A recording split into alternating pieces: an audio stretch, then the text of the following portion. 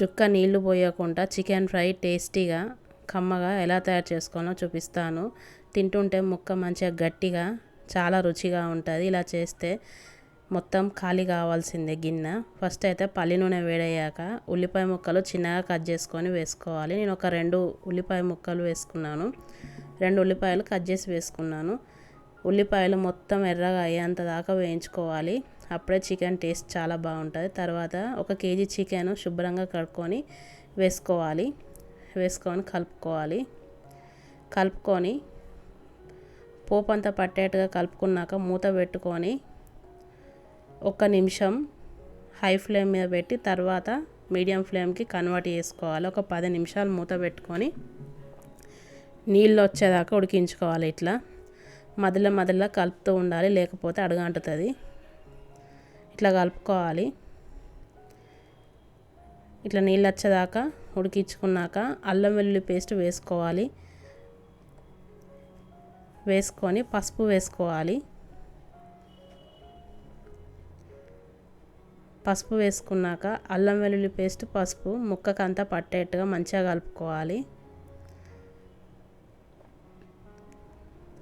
ఇట్లా ఈ ప్రాసెస్లో చికెన్ వండుకుంటే చాలా టేస్టీగా ఉంటుంది. ముక్క కూడా నాటుకోడి కూరలాగా చాలా గట్టిగా మంచిగా ఉంటుంది తింటుంటే. ఇట్లా మొత్తం కలిసిపోయాక మూత పెట్టుకొని మరొక 5 నిమిషాలు మీడియం మంట పైన ఉడికించుకోవాలి.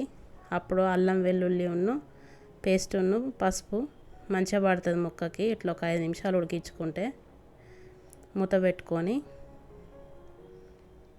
తర్వాత మూత తీసేసుకొని 5 నిమిషాల తర్వాత ఇట్లా మంచిగా అల్లం వెల్లుల్లి పేస్ట్ పసుపు మంచిగా పట్టింది కదా ముక్కకు, నీచు వాసన రాదు. తర్వాత 1.5 టేబుల్ స్పూన్ కారపొడి వేసుకుంటున్నాను నేను. కారం గట్టిగా తినేవాళ్ళు అయితే 2 నుండి 3 టేబుల్ స్పూన్ దాకా కూడా వేసుకోవచ్చు. తర్వాత తగినంత ఉప్పు వేసుకోవాలి. మసాలా పొడి వేసుకోవాలి. ఉప్పు వేసుకున్నాక ఈ మసాలా పొడి ఇంట్లో పట్టి వేసుకున్నాను.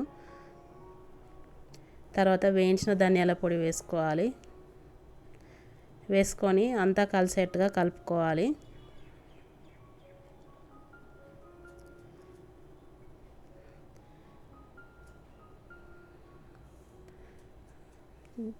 మంట చిన్నగా పెట్టుకొని కలుపుకోవాలి. ఇట్లా మొత్తం కలిసిపోయాక మూత పెట్టుకొని ఉడికించుకోవాలి మీడియం మంట పైన. మధ్యలో కలుపుతూ ఉండాలి. నీళ్లు పోయకుండా వండుతున్నాం కాబట్టి తొందరగా అడుగంటుతుంది. కాబట్టి ఎప్పటికీ కలుపుతూనే ఉండాలి. మూత పెట్టుకొని మధ్యలో కలుపుతూ ఉండాలి. ఒకసారి కలుపుకోవాలి మళ్ళీ అడుగంటకుండా.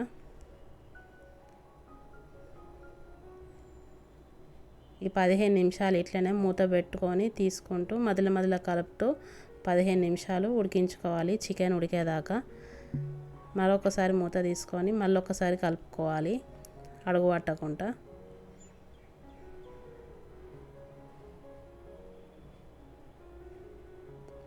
ఇట్లా వండుకుంటే చికెన్ అన్నంలోకి కొద్దిగా వేసుకున్నా కానీ ఎక్కువగా కలుస్తుంది అన్నానికి మొత్తం.